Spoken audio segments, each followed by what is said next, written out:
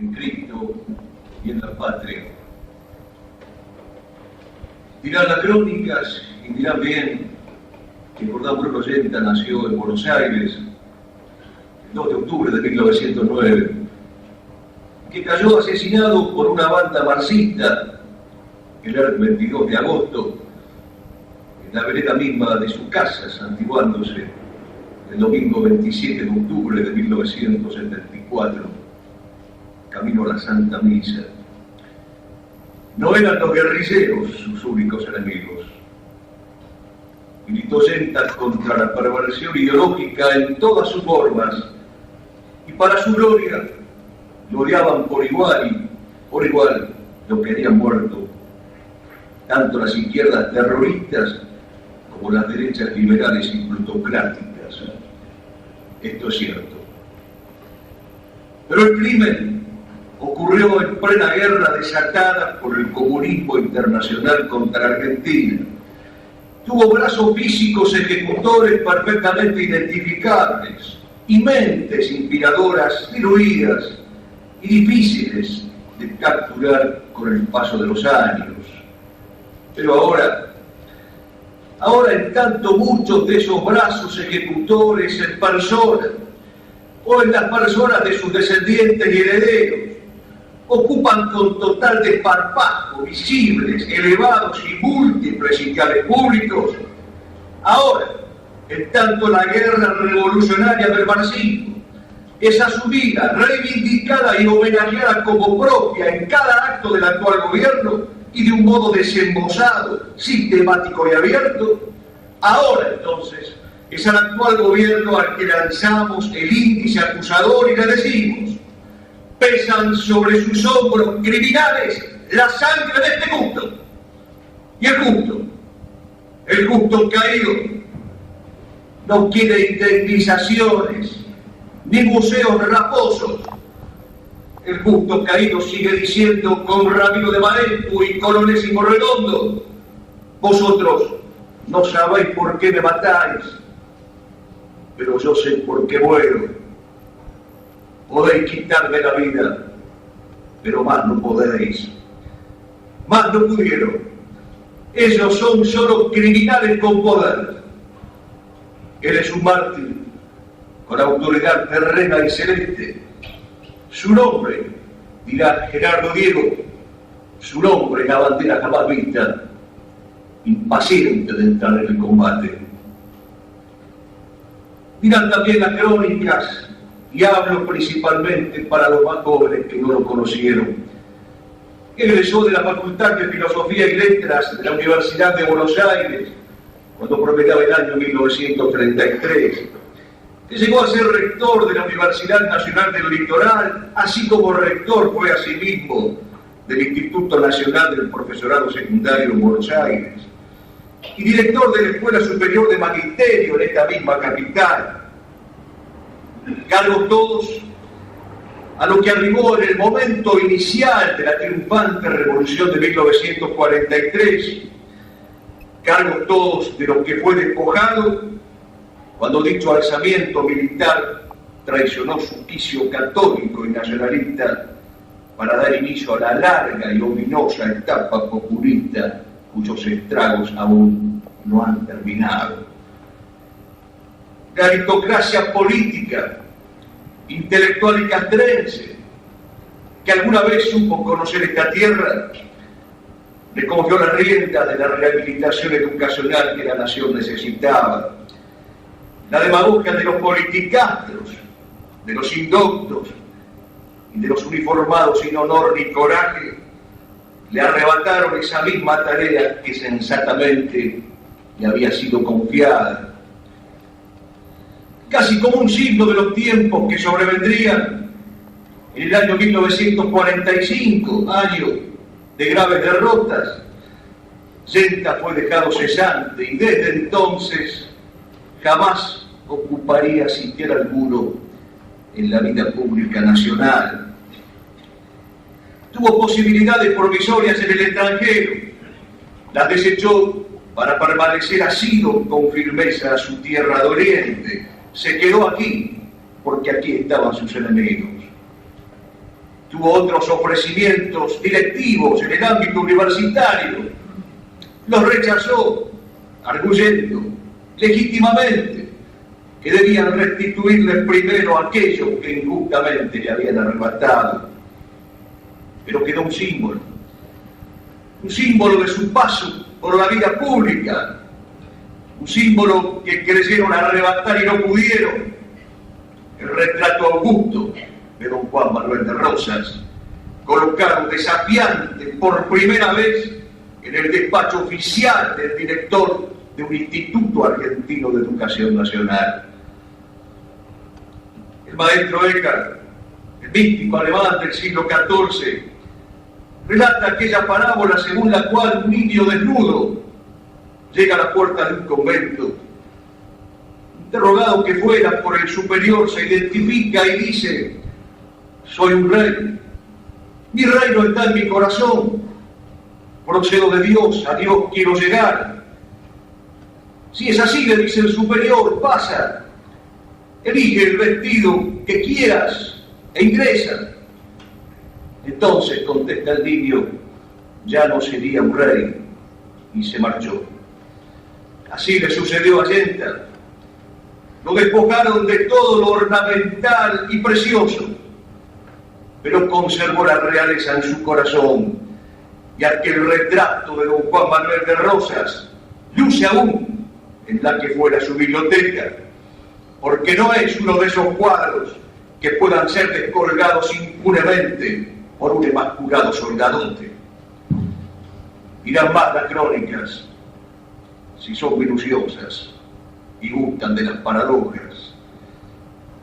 Dirán que Yenta tuvo un padre ateo y anarquista, cuyas convicciones buscó plasmar en el nombre elegido para su hijo. No pudo esta vez la fatídica sentencia malechariana: mira que al dar un nombre se recibe un destino. Recibió su nombre un destino propio, ajeno y contrario en todo al impío a quien intencionalmente remitía la paterna designación.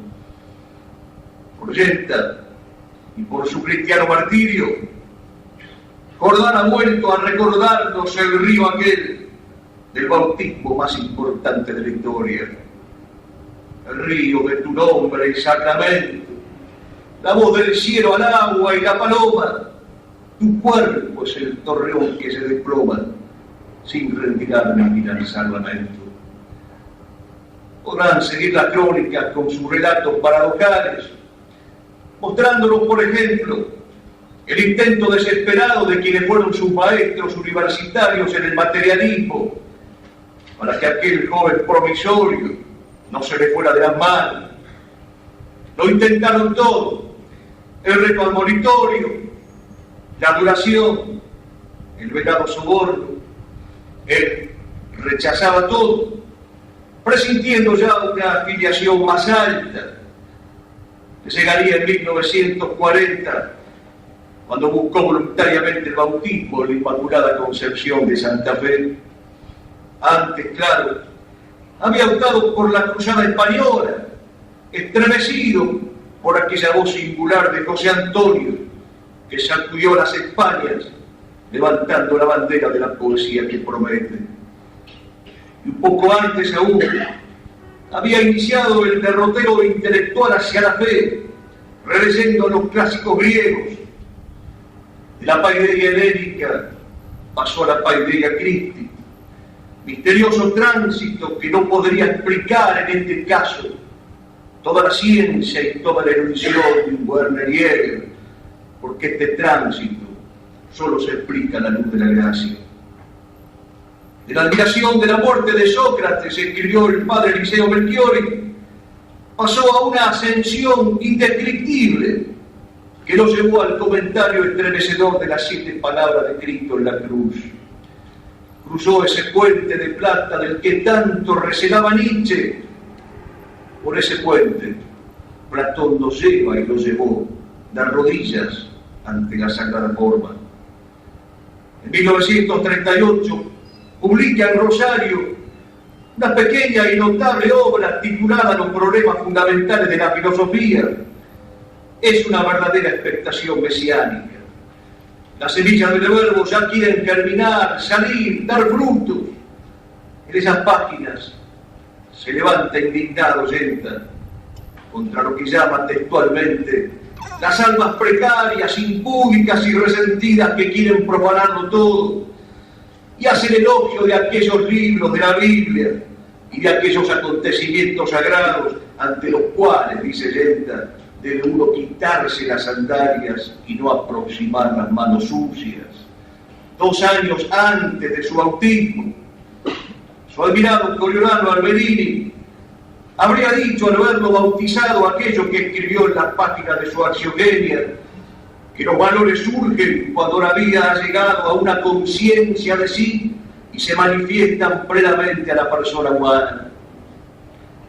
Al converso Yenta, extraordinario caso de metanoia personal con universales resonancias, y esos valores de los que habla Alberini se le encarnaron en bienes, y tuvo desde entonces la conciencia plena de que cabía y de que correspondía vertir la sangre en custodia de esos bienes. Hito tras hito, podrían continuar las crónicas, sus relatos, yendo de fracaso mundano tras fracaso mundano, que el éxito de los hábiles le fue esquivo y reacio, prefiriendo siempre con Santa Teresa la verdad en soledad al error en compañía. Soledad aleja a las privaciones, a la cárcel, a las persecuciones que llegaron en abundancia, sin que jamás se le escucharan quejas, ni mucho menos protestas contra la providencia divina. Pero si las crónicas a las que aquí genéricamente nos estamos refiriendo, si estas crónicas difusamente invocadas quisieran emular el espíritu de las escritas por Alfonso el Sabio, deberíamos detenernos aquí para decir con el gran rey español: amigos y vasallos del Dios omnipotente, ha llegado el momento de ser lo que somos. Vayamos pues más allá de las crónicas, a lo que Yenta fue y a lo que nos ha dejado en herencia para que nosotros podamos seguir siendo.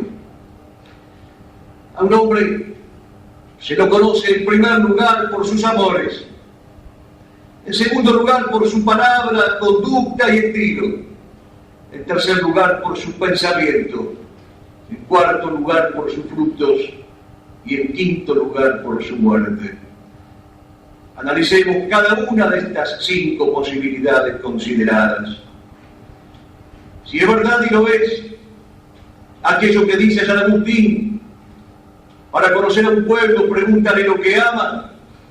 Lo mismo cabe decir de un alma: pregúntale lo que ama a este hombre, para saber quién es este hombre.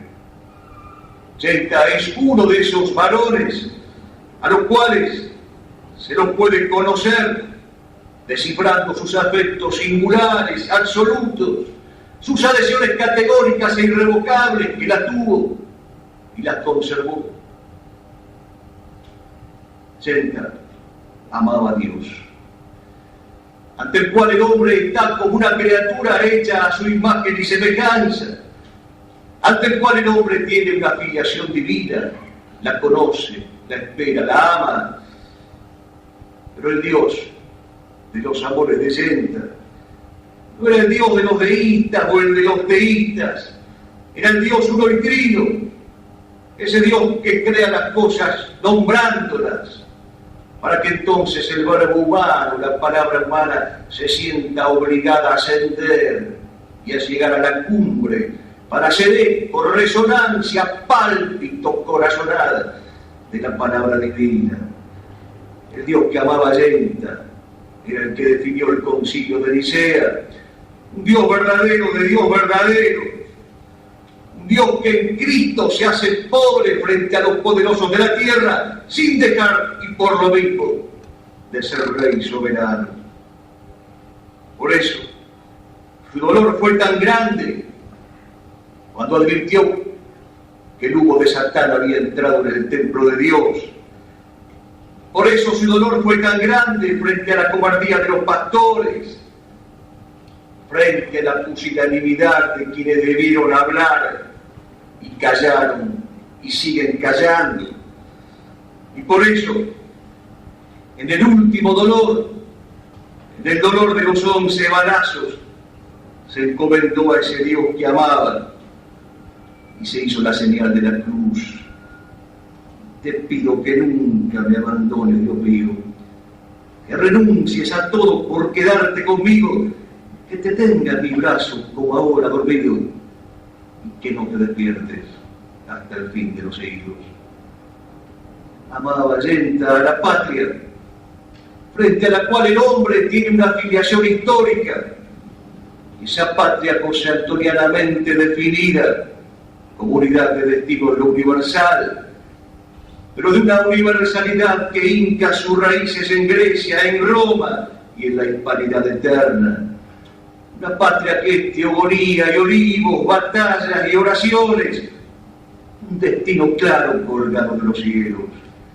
Una patria que es un mendrugo de la creación y a la vez una rama viva del cuerpo místico de Cristo. La patria no es un bien que se elige, decía Allende.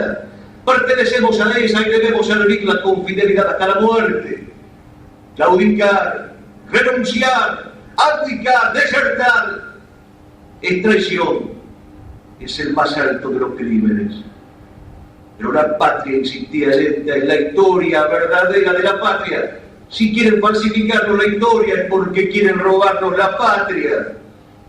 Para rematar su definición diciendo: católico es el origen, la raíz y la esencia del ser argentino. Quiere decir entonces que conspirar contra lo católico es traicionar a la patria.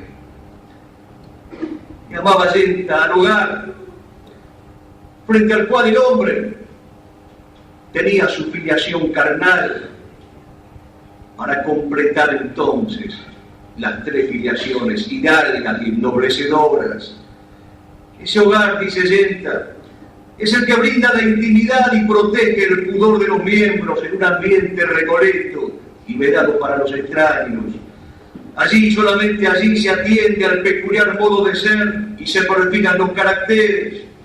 El más fuerte lleva la carga de los más débiles y se consuman en silencio los mayores sacrificios. Me consta y debo dar testimonio de que Allende en su hogar consumó en silencio los mayores sacrificios. Y que ese hogar fue escuela de amistad y de camaradería, fue refugio y fue cátedra.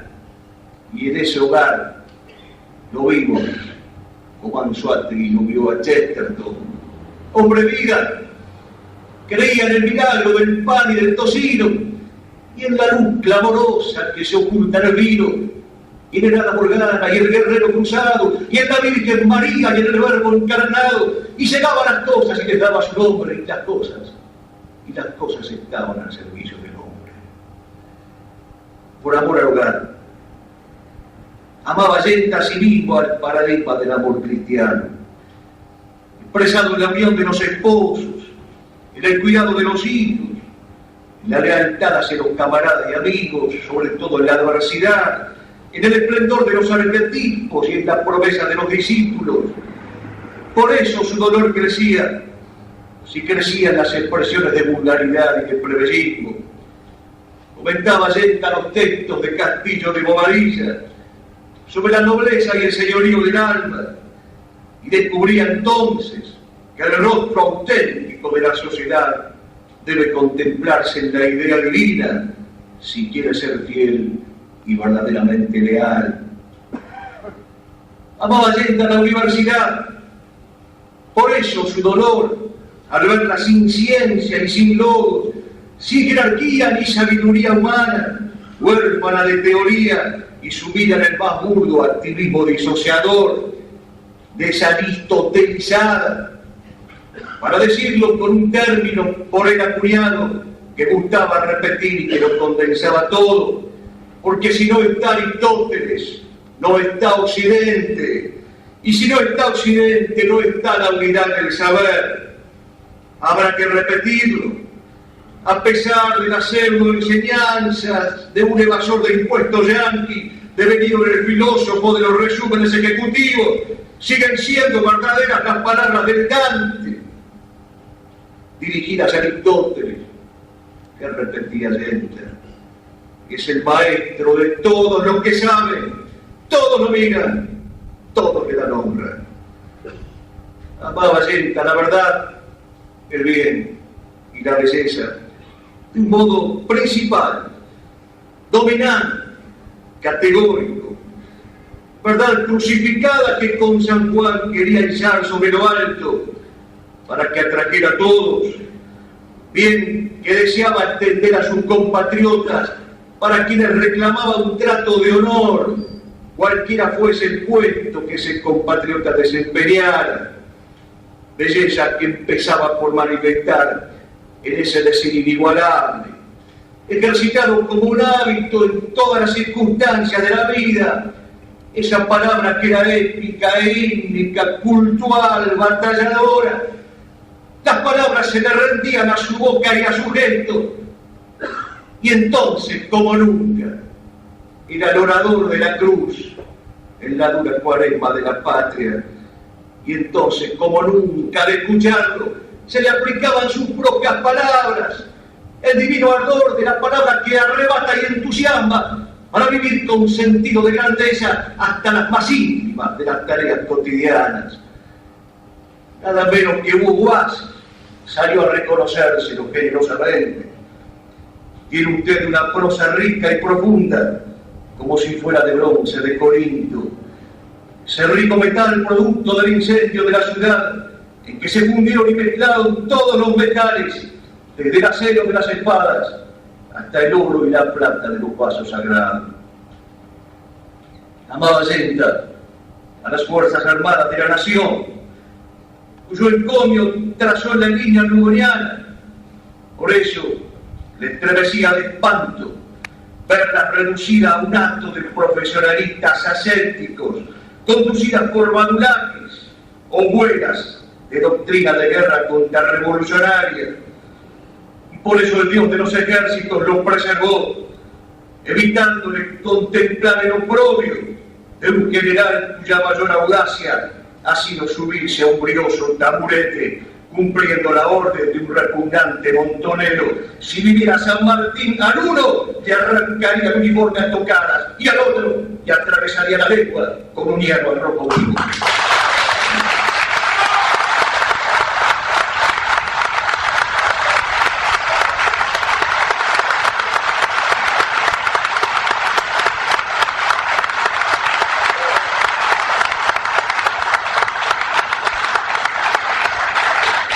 Por ello, asimismo, no aprobó nunca Genta que los integrantes de las Fuerzas Armadas recibieran la orden de enfrentarse clandestinamente con el terrorismo, o que optaran por combatir a los guerrilleros oculta y aviesamente con sus mismos métodos.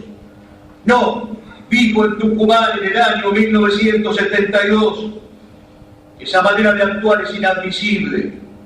Si tiene que defenderse y combatir, el cristiano debe hacerlo en la luz y a cara descubierta, y no desde la sombra y con el rostro encapuchado.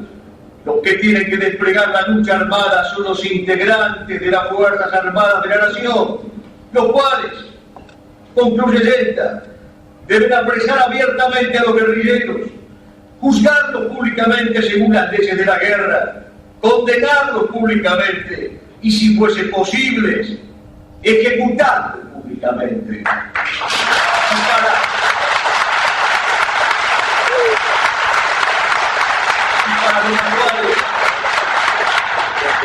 Si para los actuales hombres de las Fuerzas Armadas rigiera el magisterio de Genta, aquí esbozado, si para estos hombres todavía fuese verdad aquella verdad que decía Genta, el ejército de los Andes es la primera certidumbre de la patria, si rigiera este magisterio gentiano, lo que le correspondería a las Fuerzas Armadas es apresar abiertamente a los guerrilleros que no gobiernan, juzgarlos públicamente según las leyes de la guerra, condenarlos públicamente y fusilarlos por la espalda por traidores a la patria.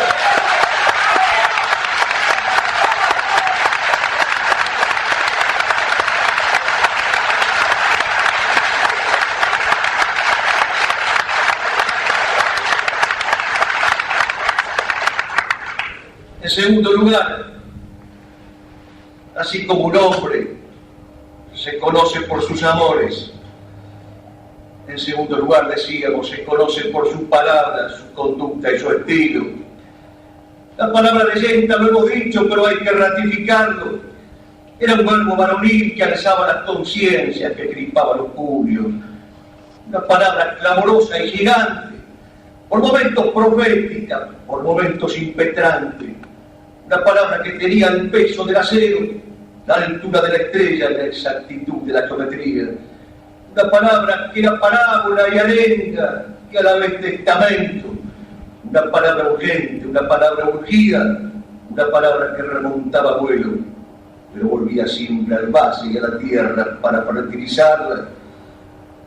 La conducta de Yenta no conoció dobleces, acusado de principista, de intransigente, de demasiado ortodoxo. Solía repetir con Aristóteles: en toda comparación entre lo bueno y lo malo sufre lo bueno.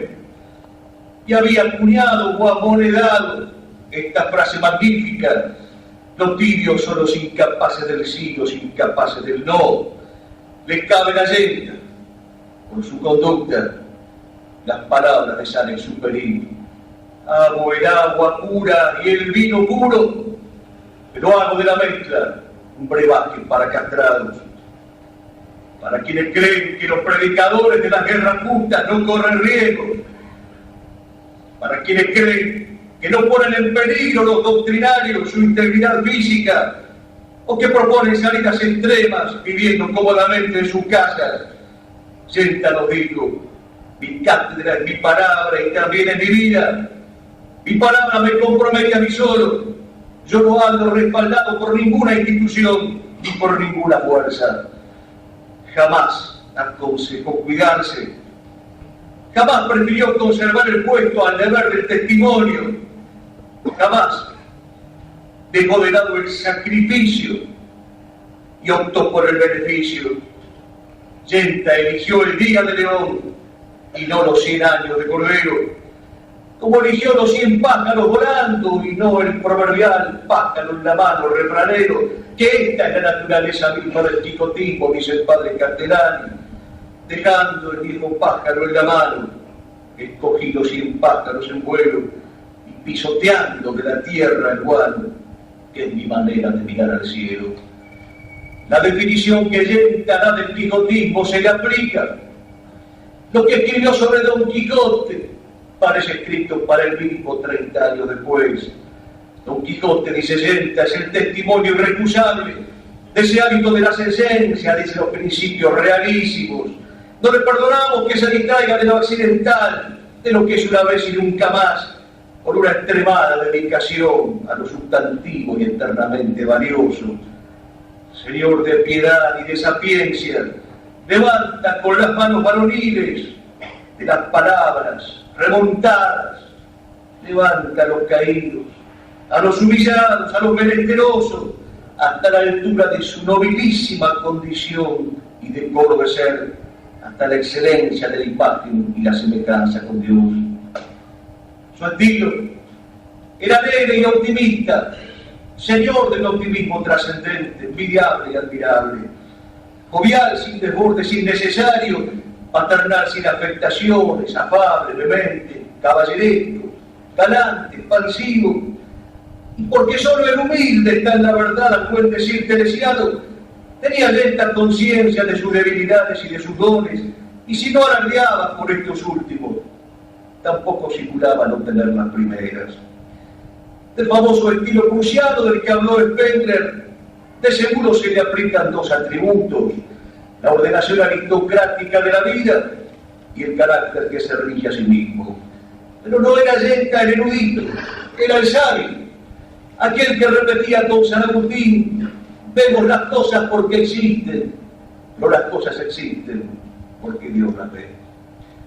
No recuerdo obsequiándome con toda naturalidad un valioso libro que sacó de la biblioteca de su casa para que yo pudiera refutar las onceras del profesor.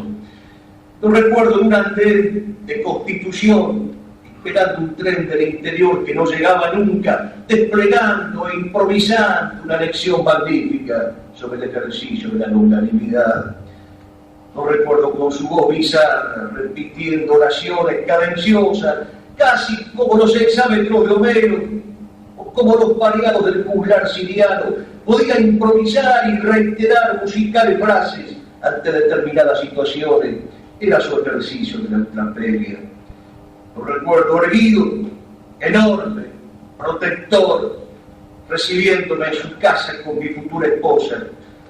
Lo recuerdo y no quiero olvidarlo nunca, cuando desplegaba su arte retórica y las palabras se le hacían plegaria y poesía. Saetas, tacuaras, laureles, tambores. Nada grande en la vida se ha hecho sin pasión, decía Allende. ¡Qué lección para los timoratos! ¡Qué lección para los mercaderes de palabras siniestras y sinuosas!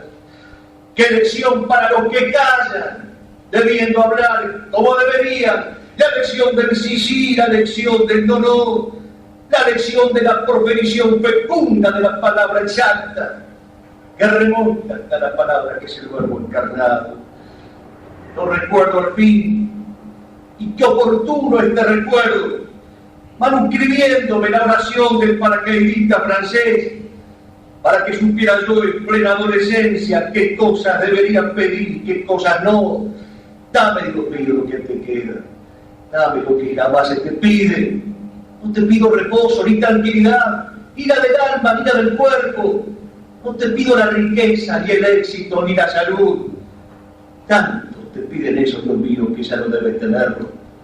Dame la inseguridad y la inquietud, dame la tormenta y la lucha, y que tú me los des, Dios mío, definitivamente, que yo esté seguro de tenerlo siempre, porque no siempre tendré el coraje de pedírtelo. Dame, Dios mío, lo que te queda, dame lo que jamás se te pide, pero dame también el coraje, la fortaleza y la fe. No digamos que el Señor no nos escuchó. Nos ha dado lo que le pedimos, nos ha dado la cruz. Es hora, pues, de que seamos capaces de asumirla. En tercer lugar, un hombre se conoce por su pensamiento. Pensaba Allende con los antiguos que hay una última e íntima relación entre el alma y la polis, y entre la polis y el alma. No es ajena a la situación y a la condición del alma, las penurias, las desdichas, los gozos o las excelencias de la patria y recíprocamente.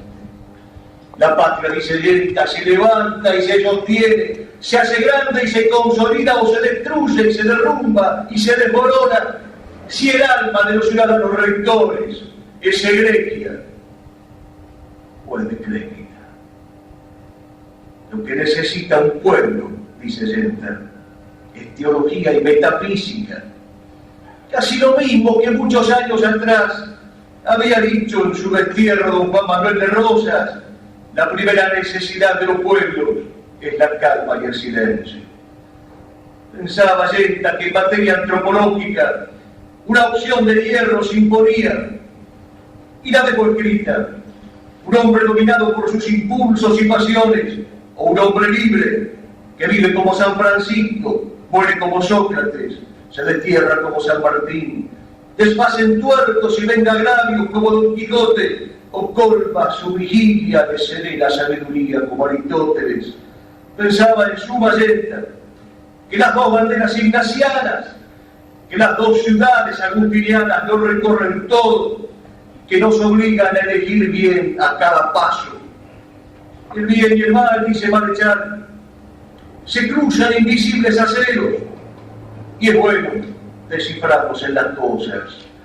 Por eso enseñaba Allende por contraste, frente a los sofistas el filósofo, frente a las ideologías la idea, frente al manifiesto comunista el sermón de la montaña, frente a la escuela activa la pedagogía del verbo, frente al ideal utilitarista de la vida la previdencia de la contemplación, frente a la concepción proletaria o burguesa la militancia y la batalla, frente a la habilidad y el éxito la sabiduría, frente a la divisa masónica, libertad, igualdad, fraternidad, las virtudes teologales de la fe, la esperanza y la caridad, frente a la masa, los arquetipos, frente a la revolución mundial anticristiana, la guerra contrarrevolucionaria, frente a la vida cómoda, la lucha, frente al populismo, el clasismo y el socialismo, un nacionalismo católico y restaurador, jerárquico e integrador, católico y argentino en su contenido y en su estilo. Pero el pensamiento de Leyenda no se limitaba al orden político, y aunque fue el que más resonancia alcanzó ciertamente, se prodigó en otras disciplinas como la psicología, la teología, la sociología, la metafísica. Conservo como un tesoro en mi casa un cuaderno suyo, con las 100 primeras páginas manuscritas de un tratado de cosmología. Sus reflexiones iniciales son sobre el ámbito. Las últimas trazan un cuadro comparativo entre Santo Tomás y Duns Scotus. Con justicia valoró pues filosóficamente su obra nuestro admirado y reconocido Alberto Canturelli en su estudiosa historia de la filosofía en Argentina, y así en esas páginas Canturelli lo llama Leyenda caudillo socrático cristiano. Todo este tesoro de sabiduría clásica, tradicional y católica lo desplegaba Leyenda en su casa, despojado que fuera, como vimos, de cualquier apoyo institucional o de respaldos estructurales. En esa casa podía encontrárselo trabajando austeramente durante largas horas, y al verlo así, volcado sobre sus papeles y libros, era imposible no traer a la memoria esa descripción que hiciera José Antonio de la figura de Mussolini cuando lo visitara en Roma. Estaba firme el duce, dice José Antonio, laborioso junto a su lámpara, velando por su patria, a la que escuchaba palpitar desde allí como una hija pequeña. En ese mismo ámbito galerio se veló su cuerpo ya sin vida. En la cabecera del ataúd, la imagen de la Virgen con un sable a sus pies. A la diestra una lanza ensortijada con la cinta federal y el banderín argentino sobre su pecho amortajado. 11 rosas de sangre mártir que se negaban a cicatrizar. Era el icono mismo del nacionalismo católico, el emblema de la victoriosa muerte martirial, como en Jalisco, como en Lavandé, como en Alicante, pero en la ciudad de la Santísima Trinidad, con nosotros como emocionados e indignos testigos. En cuarto lugar, un hombre se conoce por su fruto. Se ha dicho muchas veces y se sigue diciendo que esta concepción de la vida que predicaba y practicaba Leyenda resulta estéril a causa de su principismo, de su aferramiento a la teoría, de su ninguna inserción práctica o aplicabilidad inmediata. Se ha dicho y se sigue diciendo que su prédica era inmovilista, en tanto rechazaba la praxis partidocrática o la acción pública en algunas de las variantes que el régimen ofrece para tenerlos sujetos. Sin embargo, y aquí la paradoja que queríamos resaltar, por ser cabalmente un teórico, era el hombre que mejor disponía a lograr. No van a ser, no van a ver en pilla con las componendas iguales, pero sí a las conductas coherentes, osadas, viriles, a las cruzadas si fuera menester. Por eso, y es curioso cómo el enemigo reivindicó sin proponerse el orden natural, cuando el terrorismo marxista se resolvió matar nacionalistas católicos, empezó por Leyenda, empezó por la cabeza, empezó por el maestro, empezó, como enseña la filosofía perenne, por el logos. Causas segundas los asesinos del plan de Dios. No saben lo que han hecho. El inmovilista era el que les perturbaba, precisamente porque con su ideario estable y perenne ponía en movimiento las inteligencias y los corazones. Nosotros, los praxeólogos de toda la Asia, ubicuidad y oportunismo, los contemporizadores, los propagandistas de las ventajas que trae infiltrarse en el sistema, los componedores de mil fintas para obtener algún cargo, los eternos justificadores del enemigo, jamás fueron molestados, fueron despreciados por el enemigo. Sabedora es la refranera pólvora de que ella nunca debe gastarse en chimangos. En sus enseñanzas solía reparar yenta de un texto de Hegel, en el cual, más allá de los extravíos, el vigoroso pensador germánico, desde la página de las lecciones sobre la filosofía de la historia universal, se pregunta si alguna necesidad de justificación necesita la teoría, la vida contemplativa, la filosofía especulativa. Y dice Hegel y yenta con él, ninguna justificación necesita la vida contemplativa, pero si alguna justificación necesitara, allá están las hazañas, las gestas, las epopeyas de Alejandro Magno, único discípulo del contemplativo Aristóteles. El solo hecho de haber formado a Alejandro basta para disipar todas las charlas sobre la inutilidad de la filosofía especulativa. Y bien, algo análogo cabe aplicarla por la Yenta. No lo decimos nosotros, lo reconoce expresamente el enemigo. Cada vez que se detecta o se teme una reacción heroica, extrema, audaz, contra la subversión marxista, la subversión económica o la que fue, empieza a circular el fantasma de Yenta como inspirador, como teórico, como doctrinario de tamañas actitudes. Cada vez que se sospecha o se quiere instalar la sospecha de un levantamiento castrense, se saca a relucir la peligrosidad del cientismo.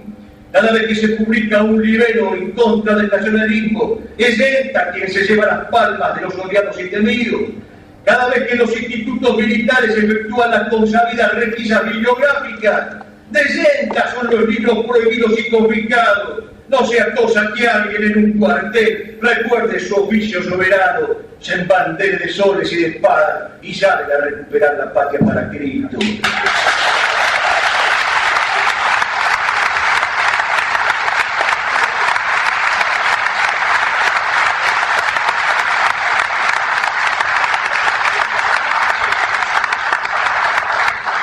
Y cada vez que se busca una explicación de esa hazaña gloriosa que fue la guerra aérea en las Malvinas, vuelve a sonar el nombre de Yenta, no solo en la boca de los pilotos más valientes, sino también en la boca de los ingleses que han tenido que reconocerlo sin eufemismos.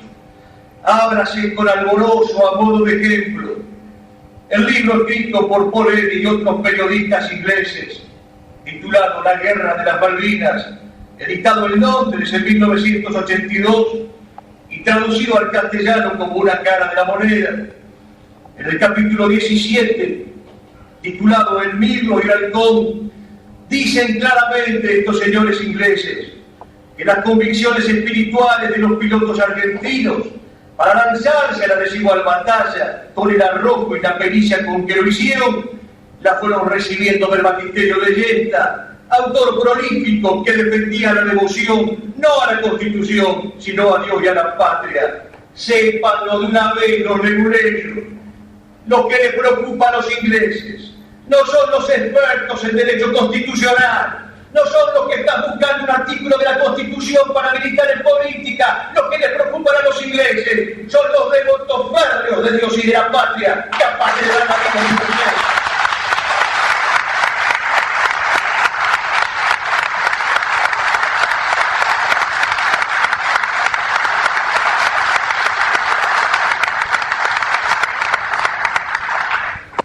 Nos dejan las honduras y las ganas de esas lecciones que en tu voz tenían los gritos del combate jubiloso. Y un abril por el sur nos deja salas que el invasor dedujo que tenían la fuerza de tu verbo victorioso. Y es así, resuenan todavía sus palabras entre aquellos que no se rindieron. Esta es la hora de la intransigencia, dice Yenta. Es la hora de la obstinación invencible, de la constancia persistente, de la fidelidad continuada. Es cierto, nosotros no tenemos la fuerza del número, del dinero, de las armas, de las logias y de los poderes ocultos, pero dice Yenta, tenemos la fuerza de Cristo. Y en la medida en que esa fuerza irradie y viva en nosotros, seremos invencibles, aún en la derrota, porque después de todo, este es un lugar de paso, de prueba y de testimonio. Y lo importante es que seamos capaces de ser hasta la muerte, y sobre todo en la hora de la muerte, testigos de la verdad. Los frutos del pensamiento de Yenta son esos jóvenes que han encontrado su vocación religiosa, filosófica o militar en las páginas de sus libros. Esos docentes que se conducen en sus tareas diarias sabiendo que existe una pedagogía cristocéntrica. Esos sacerdotes que tienen sus sacrificios por modelo de conducta. Esos amigos, discípulos y camaradas, algunos de los cuales